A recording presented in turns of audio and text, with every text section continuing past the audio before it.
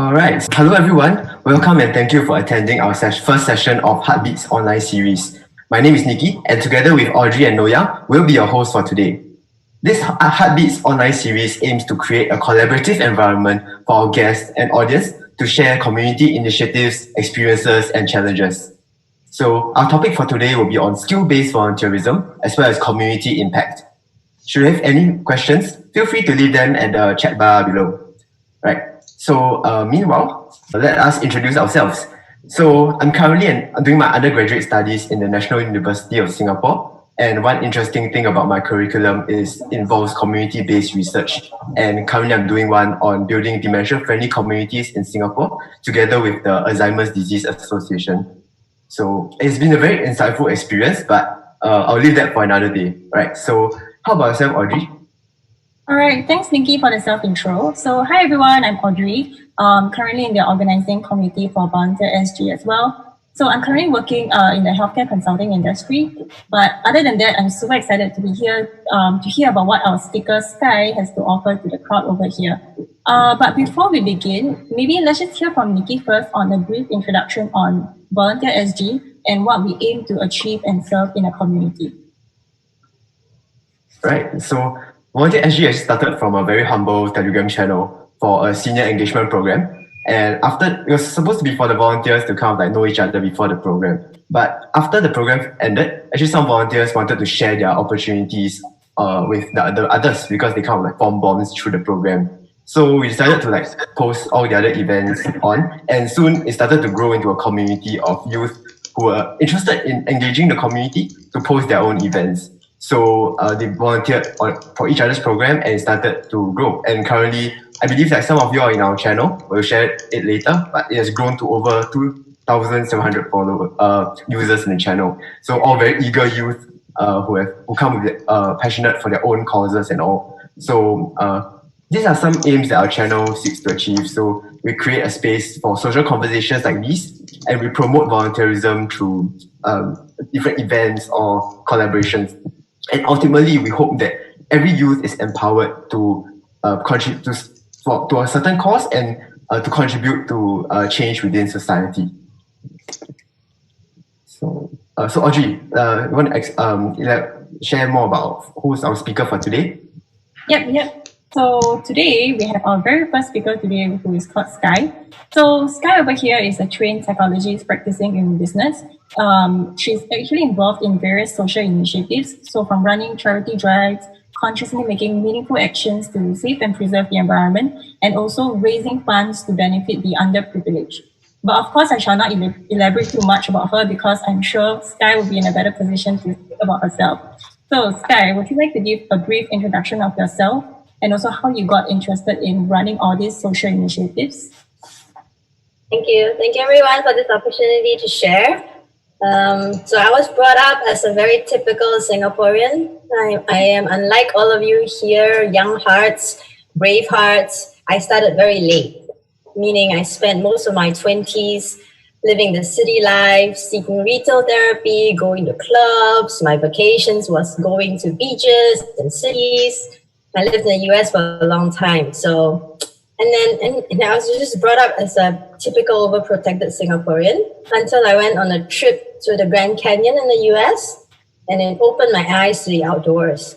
And I started from there picking up whitewater kayaking, which is very difficult for me because I'm not an athletic person. I was getting knocked, but it helped me to appreciate nature.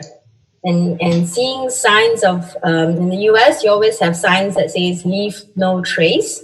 So it just got me thinking about the impact about when we go camping, we can't just leave our litter in the national parks for somebody to pick up, right? And so it's been a long, gradual process. Getting into mindfulness helped me to think about where our water came from, where the resources are from. I started reading about how much resources it takes, like fast fashion and stuff, how much it actually takes to consume, how much resources we are consuming to produce things beyond what is when we go retail therapy, what we see in the shops, right? We have to think about what's behind that, basically. So it's been a journey, and being outdoors has helped me to understand that we should protect the environment. We should. So I spend a lot of time now living an eco-conscious lifestyle, and just started speaking up, maybe about 6 months ago, trying to influence others. And in terms of social work, it's just been a natural progression because of the people that I've met. So people who are less I-focused and more us-focused, if you will. And so that has resulted in more concrete opportunities to help because of that. That's nice. I think it's really amazing that you got, you're living in eco-conscious lifestyle. I mean, you said that you started late, but I feel it doesn't matter how young you start. It's more of like what you're doing now. Right? So maybe some of the initiatives that you've been working on or worked on. So maybe you can start to share your screen and show us a bit of what. Yes. Can we mute some people first? The thing about the color of school campus. Yes. So some speakers on the line. Yeah, it'd be great if you guys can just mute yourself so that we can all hear Skye. All right. Hold on. Can you see my screen? Oh no, Nikki, do you want to stop sharing first so that's Skye? Yeah, we can see it now. Okay. So I'll backtrack a bit, right? So this was back in September 2019. Straits Times came to my home. They did a piece on recycling. And I just realized I had a voice, that I do things differently enough from the general public, that Straits Times I also went to their studio to shoot the piece, but they were curious enough to come to my home to see about this strange creature. That's when I started speaking up, right? So in terms of the initiatives that I've worked on, I wanted to show, rather than me talking, I wanted to show some visuals. So this is Kindred. Kindred is a preschool. They basically collect recycling materials. So you can see toilet rolls, Tetra Packs, basically our common household materials, and they make like little robots. So like a food box, they can put batteries in it and turn it into a robot for preschool educators to work with preschoolers. So I'm just giving an example of the different collectors I work with, that each time is different. This is just a sample of one drive that I did, right? To repurpose stuff, because do you have any idea how much of the blue bin is incinerated? You have a good heart, you want to recycle, just guess. Maybe give us some options. Incinerated, so 10, 20, 40, 60. 10, I'll be optimistic and say 40. 20. Yeah, maybe 40%. So because of the contamination, right? Because you may have a good heart and you want to recycle your newspapers, but if somebody throws in a coffee cup with coffee inside, or a stained coffee cup, that newspaper becomes at 40%, right? So a lot of what I do is basically try to avoid the blue bin. I personally don't use the blue bin at all. I try and basically at all, nothing. Yeah, I bring my things to Juji for proper recycling. I try to repurpose things. So this is my friend Shirley. She's collecting food wrappers. So your potato chip wrappers, just common food wrappers. Usually, what can we do with it, right? Mm-hmm. They can repurpose it into this beautiful bag on the right hand side that you see. Yeah, it looks really great. I mean, getting food wrappers. Different stuff. Extending the life, basically, rather than throwing something away, extending life. So of course this involves more work, because you have to clean everything and dry everything and store everything. So my big impetus in doing this is, once we start having to store, then we pause before we quickly go buy that pack of blueberries in a plastic box. Because you have to bring it home and store that plastic box. You can't just throw it away. Interesting. So there's a reason behind the madness. So here's another example. So that bag of wrapping paper I kept since my boys are 9 now. I've been keeping them since they were like 4 or 5. Oh.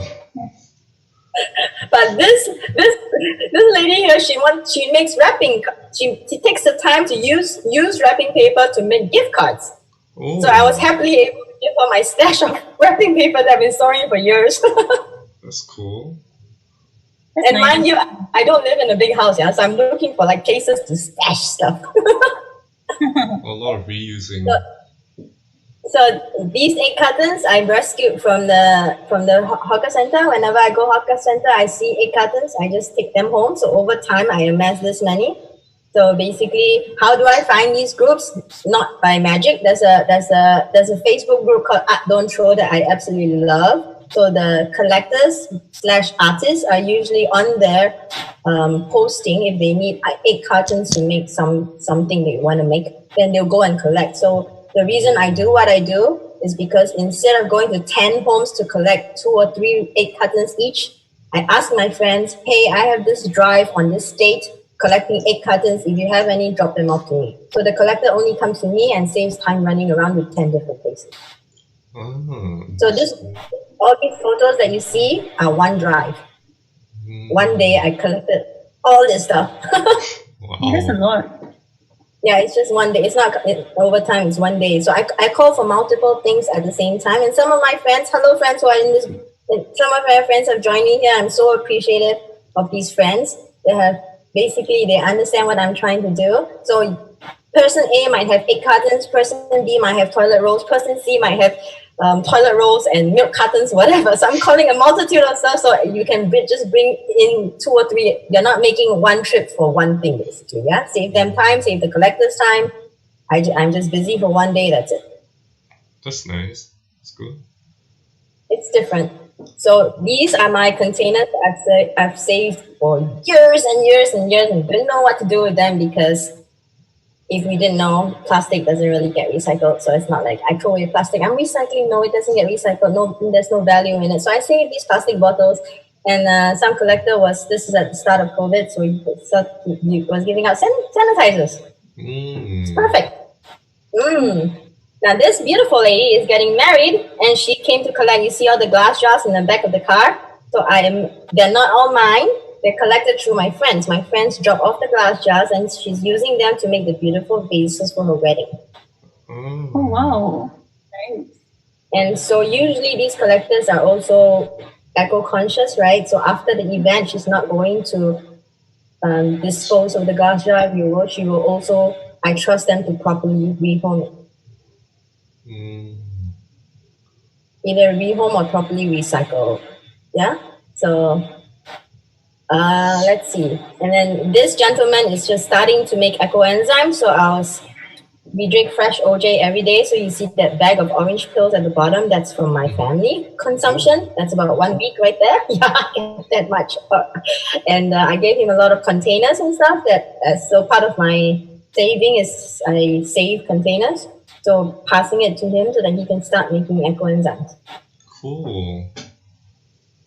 Maybe you can share in the end some of the links to those who be interested in these kind of things as well, all the contacts if they like. Yeah, so I'll share at the end a Telegram channel. On that, it's a channel, so it's not a conversation. Basically, I share drives that I know about. Now, there's a balance between keeping it small. So I do these drives via WhatsApp, meaning I have a WhatsApp group that is only about 100-something packs that I call for things on. If I want more impact, I can make the group bigger, correct? But then this is for my home. Don't forget, I have a house to live. So if I want huge, I'll be coordinating. My head I'll lose my mind. So I think a more sustainable option would be, if the youth want to help me, it will be great if we can have a place in Ang Mo Kio, have a place in Toa Payoh, have a place in Bukit Timah, and we're running the same drive, so that communication gets sent out, and then different collection points, and then the collector, you can duplicate this over. It doesn't have to be just a Skye effort. Basically, So I can tell you, collectors really, really appreciate not having to run around to collect all these things to repurpose. That's great. Right? Yeah. There's one centralized spot is much more useful. So let me jump to, these are my kids. Did I already show you this? So Green Nudge is one of my favorite social enterprises. They were very nice and they gave me a blessing for Mother's Day. They wrote a short little piece thanking the Eco Warriors. And I want to thank my sons. They drew this play card, so they were at the Standard Chartered Marathon, asking people to sign signatures to pledge on the wall for keeping the marathon green. And they did this, think of your impact, and the one behind, refuse, reduce, reuse. They also did that. They did like 4K cuts. Oh, so they do that. Yeah, they drew it. They colored it. I drew it. They didn't draw it. I'll jump to this. So because of these repurposing drives that I did, can you see? Sorry, I moved my screen. Can you see? Yeah, we can see. So because of all these repurposing drives that I do, I was able to quickly organize migrant collections, basically. So all these things that you see here at the bottom, they came in one day. This is my home. This is the walkway to my home and the outside of my home, right? So I don't have space. I don't have a huge house to store this all day long. So basically all this stuff came in the morning and the afternoon. This for all migrant workers. They're calling for clothes, for umbrellas, for sanitizers, for masks. And even the little boys, who's my favorite toddler, all those new shirts all went to the migrant workers. And so after the right-hand pictures basically show how they're packed after that, all these donations, and the bottom are all the sanitizers and stuff that were given from this initiative. And these were our partners. So I was just showing that some people actually went to order new underwear and stuff to support. But because of this, my experience running drives, I was very, very busy with the radio campaigns, but this was basically auto run. Basically, I just called for it, and you guys just let me know what time you're coming in. And it was the most efficiently run drive, but very, very productive. So it's a way to also, once you have the skill running drives, right, you can quickly leverage that same skill to do other things, basically. So it could be plastic, it could be clothes, it could be CDs, it could be whatever. I have collected for children English books for library in Vietnam. So each time is different. Each course is different. I just talk to the collectors first. If I like their way of thinking, if I believe in the cause, and I trust that they will come and collect from me, so I don't get stuck with the things, then I'll support them. Yeah, it's like the same concept. Yeah, it's the same concept, exactly. I have it down to a pet down now, whereby I will let you know my address, and you let me know what time you're coming. I'll give you a window of time to drop off, let's say between 2 to 6 p.m. You put in Audrey coming at 2, Nikki coming at 3, like that. Okay. Yeah, I would. I'm just curious, how do you manage to, garner so many people to perhaps like donate your stuff? Donate the stuff to the drives. How do you do that? So when I blast my WhatsApp group, my WhatsApp group is called Conscious Living. When I blast Conscious Living, there's about 100 plus packs in there, but it's really only a handful of people out of the 100 packs who actively come to support me. So, and I actually share with other groups as well. So I share with my children. I have a WhatsApp group for their classmates' parents, so they can pass things through me through the kids, basically, when school is in operation. Yeah. So I just share with different groups. So each time I run the drive, I always tell the collector I cannot predict how much stuff is coming in. I never know, because I don't trouble my friends to tell me what they're bringing. Right? It's just whatever you bring is whatever you bring. So it's on that day, and then. So like for Kindred, I actually had to move the drive down to the parking lot because it was just overwhelming. I didn't have space anymore in the living room. Oh. Wow, that just shows the power of community, right? Like how you, like the importance of people and how you're able to get connection from there to do something, to drive greater change. So, if we look at all these initiatives that you're currently doing now, maybe you can share one exciting triumph you had recently, or when it comes to success. Would you like to share some of it? Let me share this one, okay? This was a... Hold on, I'll go to the beginning. So this is a recent trip to Vietnam that we made as a family of 4, mother, father, and 2 young kids. So I've been doing this for a long time. I have a bag of stuffed toys that I saved, that I cleaned and washed, that I haven't been traveling, so I saved it for at least a year. And then when I look for an orphanage that I can bring the stuffed toys to. I've been doing that for a long time, okay? But what I'm very proud of is it was a truly first time a zero waste family trip, because I basically put the same practices that I did here in Singapore and I brought it over there. So I saw, so like having coconuts, we use metal straws. Before we eat at a dinner place, I'm looking at what crockery they're using, make sure they're reusable stuff before I sit down and patronize the restaurant.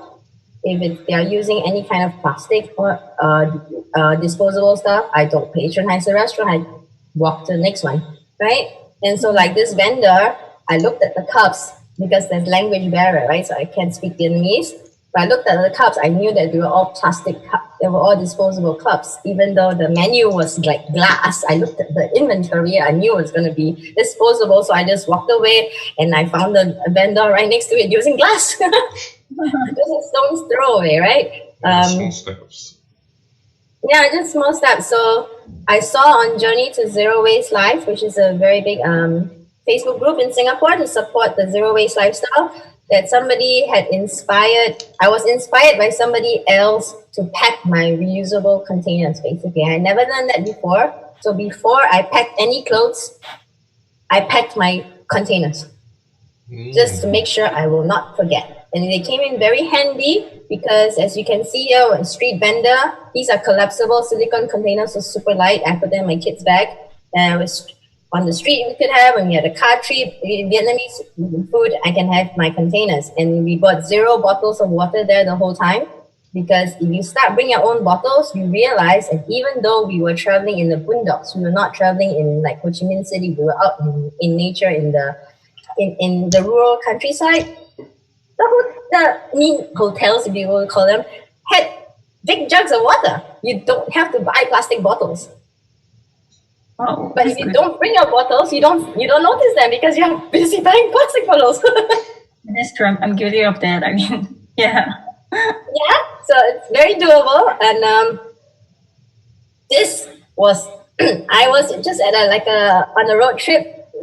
I saw the lady dumping trash, so I just picked in and I took this picture on the left. Where are you dumping your plastic bottles? There on the ground, right there. This is what I saw in Vietnam. Just they don't have a properly recycled system, right? So they just dump their plastic there to be burned, and burning plastic is very bad for our health. So it's not a sustainable option. So, and I've been doing this for a long time also. On every trip, I have a separate compartment in my luggage, in my suitcase, where I bring back all the cans and all the plastic bottles. Wow. This is the stuff that we vacuumed. You have to bring like a big empty bag to another country so that you can collect all of this. Just one part of my suitcase, I dedicate there's a small component compartment that I dedicate to this, basically, yeah. And then so what I do with the tabs in this glass bowl at the bottom, and that's why they all don't have tabs, because there's different things you can do with them. People can make prosthetics. You can give them to preschoolers to reuse. There's different things. So I basically recycle the tin differently from the tabs, and then the plastic bottles on the right. The bottle caps are very easy to repurpose. Many people collect them for different art purposes. The labels, they get torn in, and I save them into what I call soft plastics. So the labels can be a different kind of recycling, and that one can go for eco bricks. It's got eco bricks where they stuff like a 1.5 liter bottle with soft plastics up to a certain density. And then if you imagine 6 of these stuffed bottles together make up a stool, or in countries, they can use it as wall insulation. If you Google eco bricks, ECO bricks, people in Africa have used it as, people in Africa have used it as rafts to get across rivers. And I've seen a lot of small furniture with those bricks before, so it's actually pretty durable, right? Because plastics are not meant to biodegrade so easily. Yeah, Nikki and I have seen that actually, the wrap parts. Ooh, that's cool. So Green Nursery usually conducts the eco bricks workshop. So I save the soft plastics for whenever they call for it. So we could be I just want to warn that all this is idealistic, but in terms of execution, you do have to end up storing stuff. You can't the whole idea is not to use and throw. So if you don't use and throw, you have to store, right? Then you have a huge pile in your house. How do you like I, organize them? like the back like I don't have a helper, so the helper's bathroom has turned into a storage room. I got a contractor to build shelves and stuff. So like the back window is stashed with bags. Try and get it out of the way. Oh, my shoe cabinet! I got rid of shoes, and that has become my paper recycling station. I have black and white bins and colored bins inside my shoe cabinet. Oh, So you find be creative, and the idea is not to buy, right? You keep. So I don't believe in you buy something and you give something away. Guess what? If you have 10 pairs of shoes, you buy the 11th pair and you give away the 10th pair. You still have 10 pairs of shoes, That's true. right? So it's about not buying and then purging what you really don't need, sharing. And when I say purging, please don't throw. Bless them out to needy people. Take the time to bless it. I know it's very frustrating once we decide on something we don't want, we just want to throw, but it doesn't help anybody, right? Throwing. Like Nikki, you can give out the channel, the free stuff, freebies. You can shout out later. A lot of freebie initiatives going on. It's pretty interesting. Even within NUS, we also have some groups where students, like when we're moving out of halls or hostels, they'll give out some things that they might not need and it could be given to someone else who needs it. So it's always about sharing economy. It's interesting. Perfect. Right. There's many blessing groups. So part of my sharing is not just ways to repurpose, but also how you. So I also unofficially I have a network of social workers. So when people want to get rid of their furniture, and it's very important that they sponsor the transport costs because these are going to low income clients who don't have $20 to pay for transport, let alone $40, $50, right? They're really struggling to put food on the table. So when I get occasional requests for, hey Skye, I have a queen size bed. Hey Skye, I have a blah blah blah. Then I ask the social workers, do you have any clients who need it? I see. Because if you want to rehome to, there's many Facebook blessing groups, many around. Those Facebook blessing groups are going to individuals. So for example, Audrey might like my sofa. Audrey will pay for a mover to come and get the sofa. But I'm targeting people who don't have money to pay for the mover. Yeah, that's true. So, Yeah. I mean, Skye, you've really shared a lot about some of the initiatives and like what they can do to save the environment or the kind of actions that you can take. Maybe you can also share some of the challenges that you personally have so far, or maybe how have your challenges evolved since you first started on all these initiatives? Challenges, I think, would be just the volume and this. I'm constantly getting questions of what do I do with this guy? What do I do with that guy? So it just made a lot of sense to collate people. The reason I started the WhatsApp group is because I was so tired of copy and pasting. So it has worked. And a few friends have asked me to start a Facebook group, but I personally like the interaction, the informal connection of a WhatsApp group. More informal, less public. Facebook is very public. You put a comment there, everybody can see.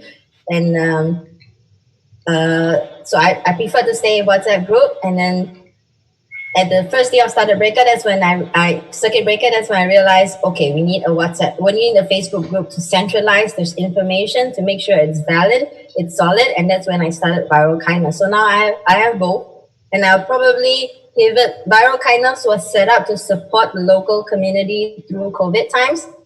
The Circuit Breaker is ending, but I'll continue Viral Kindness to support basically what I do. But so the challenge is that, like I said earlier, the balance between keeping it small and manageable and keeping it big and more impact. Yeah, I mean, you always have to strike a balance somehow.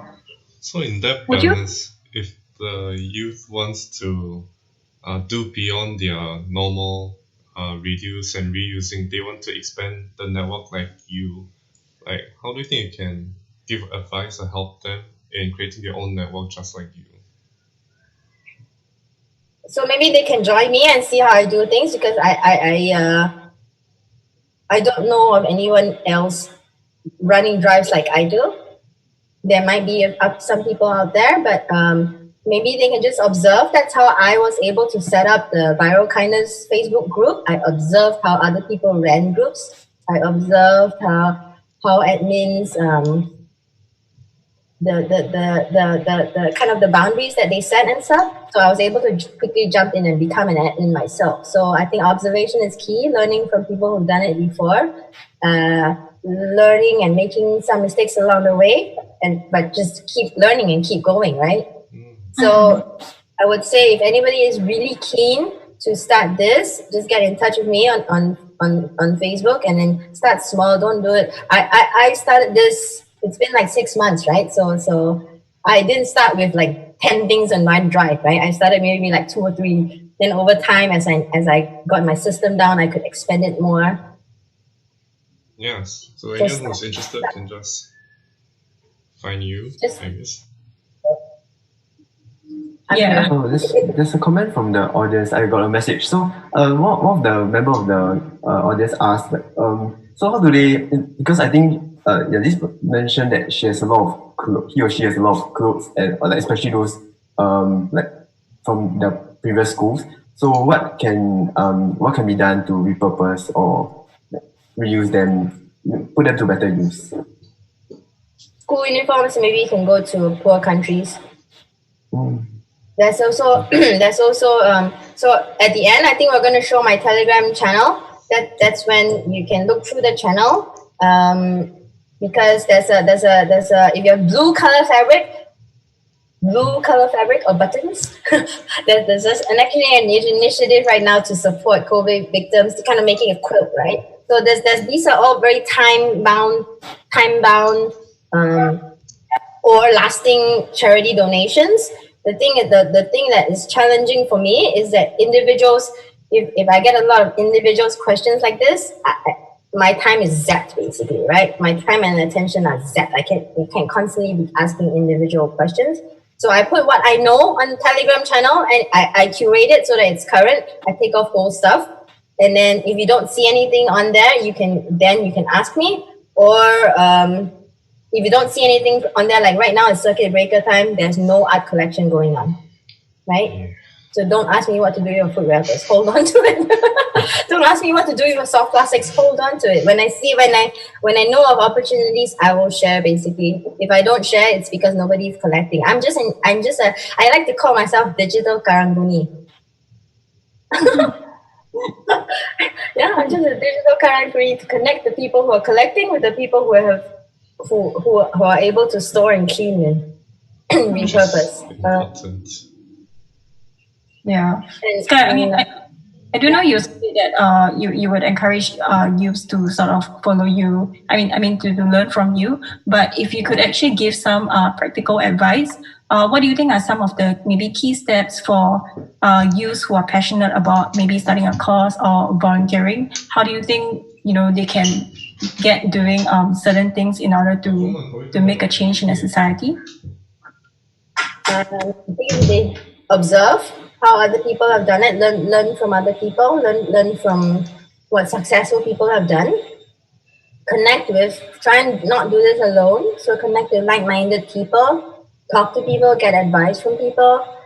Think about, if you want to start an initiative, think about what is needed, communication-wise, money-wise, what is needed, if you need funds, how are you going to raise the funds, who do you need to go to, and why are you doing this cause? Because why is your cause doing? You have to be very clear on the why, because the why will support you through the difficulties, through your obstacles. If you're not clear on your why, then you're just probably going to give up. But if you have a clear why, then you become like the water that flows around the obstacle. You think about what other things can I do to get to my why, to solve the why, right? To answer the why. Yeah. So think of your big picture vision, and then think about learn from other people, observe from other people, connect with like-minded people, so you have a team. Like for example, for Project Audible Cheer, which this is my first time leading a major fundraising campaign. I usually collect plastics, right? This is the first time I'm actually asking for donations. so that I can fund MP3 radio sets for the vulnerable elderly. These are the very poor elderly who they're living alone, they're living in rental estates, and I want to bring them some music, some content to accompany them. It can be useful post-COVID as well. So I can't do this alone. I have a team of friends supporting me. Basically, my friends from Conscious Living, Kelly, Pace, a bunch of other people have just really stepped in to help support me through this because they all believe in this cause, right? That's why I say a team of people is important to help so that you're not the only person being stretched.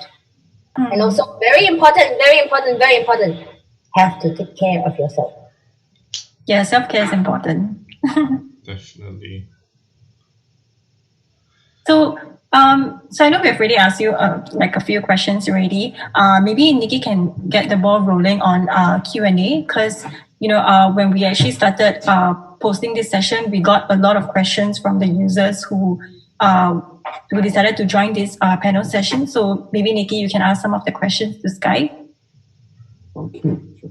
Yeah. Right, so if you have any questions for the audience, live audience that we have now, if you have any questions, do feel free to leave them in the chat or you can directly message it to me and I will ask the question on your behalf. Right. So maybe we'll start with the first question. Right. So how can we inculcate a stronger culture of recycling or repurposing items in Singapore, especially for youth? Start with ourselves. learn more ourselves. So I would say, so the reason I started a group is because I'm doing all this on my own, right? I've been doing this for a few years. I just decided I'll have more impact if instead of coming to me to collect 5 egg trays, it's more impactful if the collector can collect 20 from me. And also, it's not just me collecting egg trays, it's also other people understanding that egg trays can be reused. So it's important to walk the talk ourselves so that we know what we're talking about. And to get into these control groups to start seeing what people are reusing and repurposing. So before we go, I work very much on an individual level. I believe in the ripple effect, if you will. Right? Walk the talk yourself, influence a few people, have this wonderful opportunity to talk to youth. Influence more people. That's true. And I think it's just amazing how you say you work individually, but then at the same time you have a lot of friends who are supporting you, and you also have a lot of people following the Facebook groups or the WhatsApp chat that you have created. So I think it's just super amazing. And it's pretty to say that you work individually, especially when you have a great community of support. I worked at that's my son. I worked at you see, it's much of background. It's okay. I worked to shift individual mindsets, basically. Yeah. So the change, rather than asking, so the systemic change will have to happen.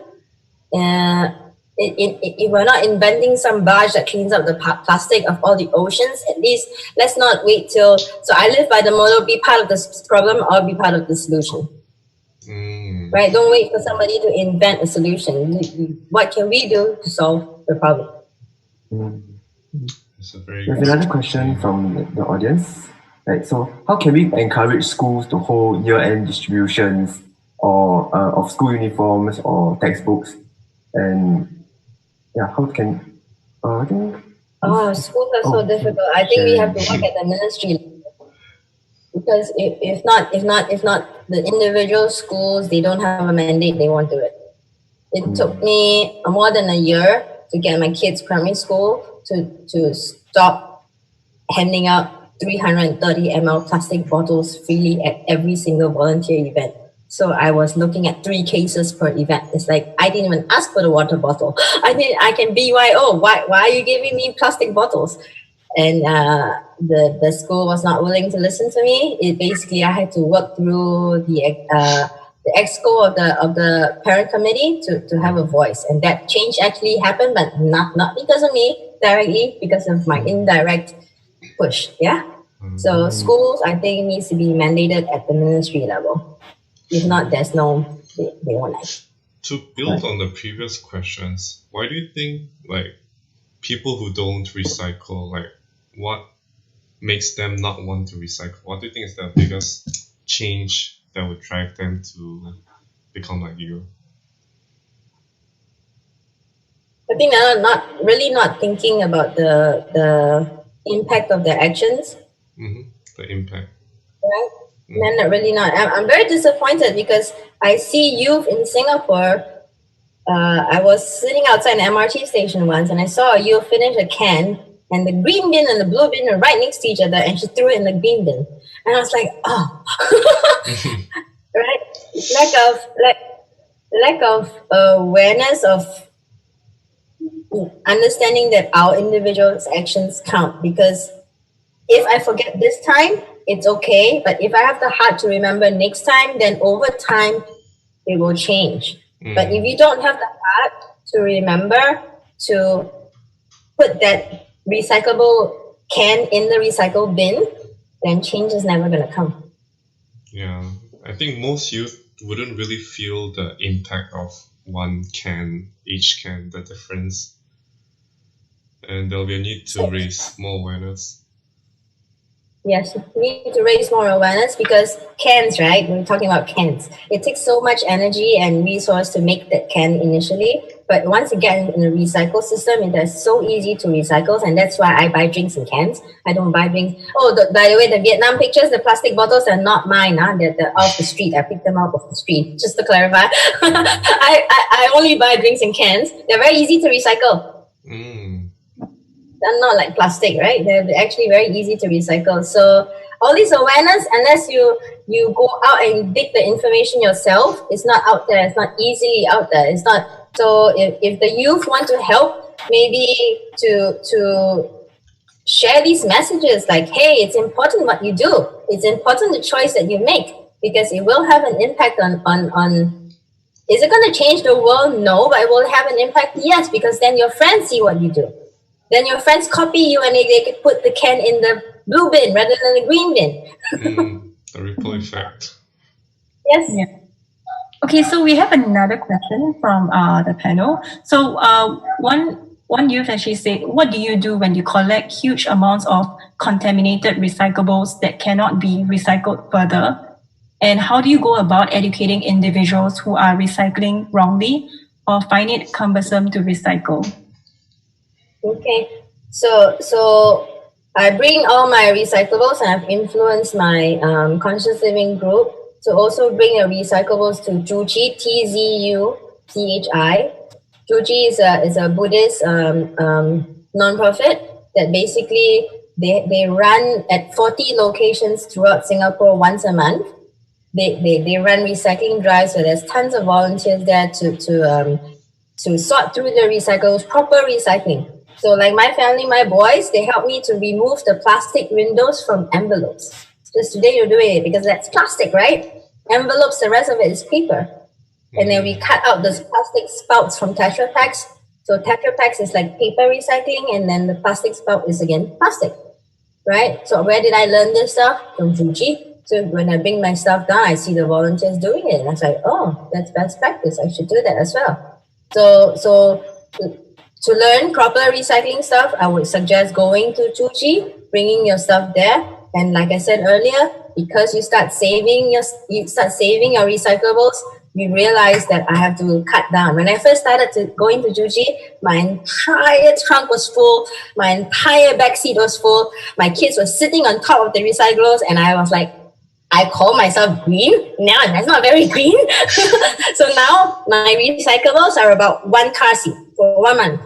Because I repurpose them too, right? I don't just send everything down to a recycling. I try to repurpose them, and then if it really cannot be repurposed, then I recycle. I see. But how do you then educating people who are recycling wrongly, if that's the case, if there's such a scenario? How do you think you can educate those people? I think so what NEA has done at a systemic levels is those big stickers on the blue bins, right? Yeah. It says no styrofoam. I see a big styrofoam thing in that. People don't read. So I think it just has. That's why I think individuals is very important, because you talk to people, people understand, right? You give stickers and just flyers and stuff. People don't understand, right? So it's getting to people to start thinking. Like my journey, right? I started as this consumeristic person. Right, and it was just starting. It was just starting to be outdoors. I realized, hey, we should take care of our environment. And then starting to read. It all has to basically. We have to care in the first place. If you're with somebody who doesn't want to care, it's very hard to change their minds. And don't force ourselves. That's not. When somebody, you can't bring a horse to water, basically, right? If somebody's not ready, don't try and. Don't try and convince that person. Just let people be. They'll come around when they're ready. And then another key factor, very important, is to associate with people with the like mindset, who can encourage you on, who can be positive, who believe in your vision, your mission, and who can counsel you when you run into noise to disregard the noise. Yeah, I think it's always great to meet like-minded people, and always when you work together, change will definitely be greater than if you work individually on your own. All right, so Nikki, do you want to move forward with the next questions, or do you want to wrap up the session? Yeah, let's have like. I think in the interest of time, for all those who have asked questions and we unfortunately don't have enough time to answer them, we could connect with Skye directly. So in the feedback form later, there'll be we'll list all her social media pages, her links and all, so we can connect with her and ask her the questions thereafter. All right, so I think we can move on with the program. So yeah, Skye, you mentioned about Project Audible Cheer. So maybe you could tell us more about your fundraising campaigns. Yeah, so it's basically to fund MP3 radio sets for our vulnerable elderly, and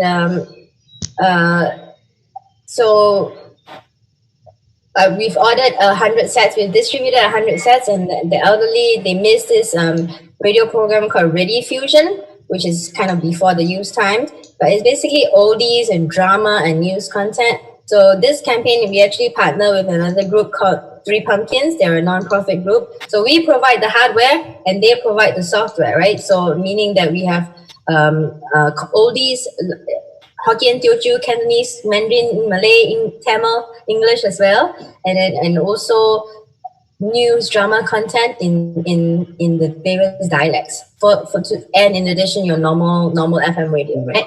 So it's a little portable set that can keep the elderly company. They were very happy to receive it. One uncle was dancing, another auntie said, "Yeah, I'll listen to it when I go to sleep. It's portable. It's rechargeable battery." So each unit comes with the radio set, 2 sets of MP3 cards, because we're going to be updating the content. So the second set will be to refresh the content, and the USB head, which we have multiple in our homes, but I can't expect the elderly to sit around with a USB head. Yeah. So the expense to them is 0 after. So if of course I'll be thick-skinned here. We need support basically to fund these radio sets. I'm bringing these radio sets in directly from the factory in China. Very good price, basically much better price than you can buy retail here.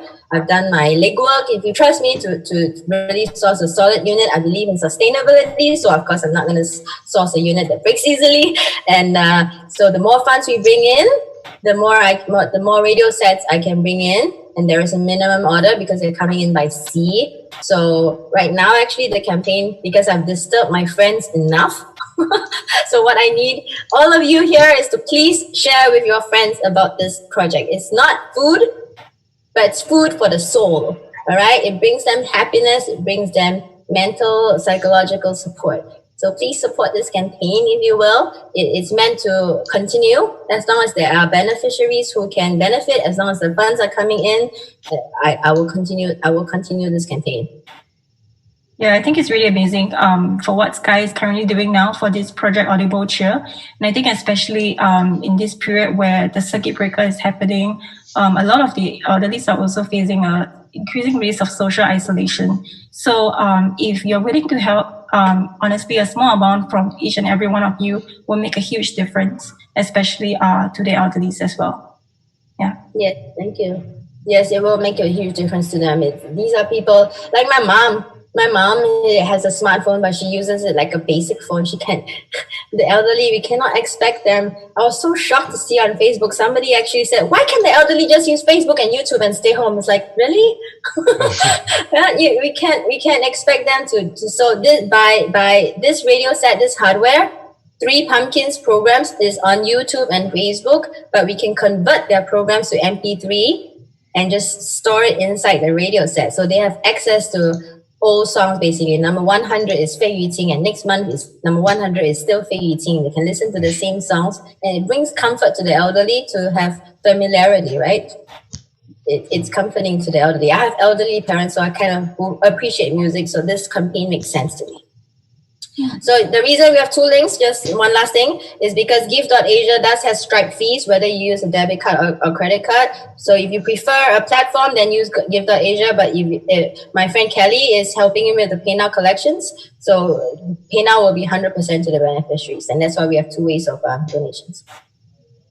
So you heard from Skye, this is her campaign and all her today we heard a lot of motivations and like what kept her going in all these initiatives. She's like doing so many initiatives with her children and getting the community involved.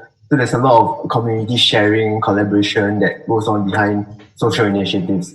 So as we think about maybe some causes that we are passionate for and interested to kind of contribute to society, we can also think about like getting our friends involved, getting our family involved. And I think together really can outreach to way more people and like we can enjoy the process. I think that's a very important thing that we can derive from social initiatives in general. All right, so thank you for everyone who has come to attended our session today. So before we go and let's all maybe turn on our cameras for a while and we can take a group photo with Skye, with our guest Skye. So thank you so much, Skye, for sharing today. And of course, if you want to talk to her after the session, all her links will be sent to everyone after we end our session. Right. So could everyone turn on their camera and let's take a quick group photo. Can I also just invite everyone, if you're on Facebook, to join my group on Facebook? It's called Viral Kindness, VIRAL. So I'll be sharing opportunities to basically help after COVID. We'll see what happens. All right. Okay. You do have your own personal events, or you want to kind of like kickstart your own initiative, do feel free to reach out to us. Or if you want to appear on, be the next guest on our like mini series, online series, do feel free to reach out to us. If not, thank you so much everyone for attending, and we hope to see you all soon. Yeah, definitely. Thank you, everyone. Thank you. Thank you. Bye-bye.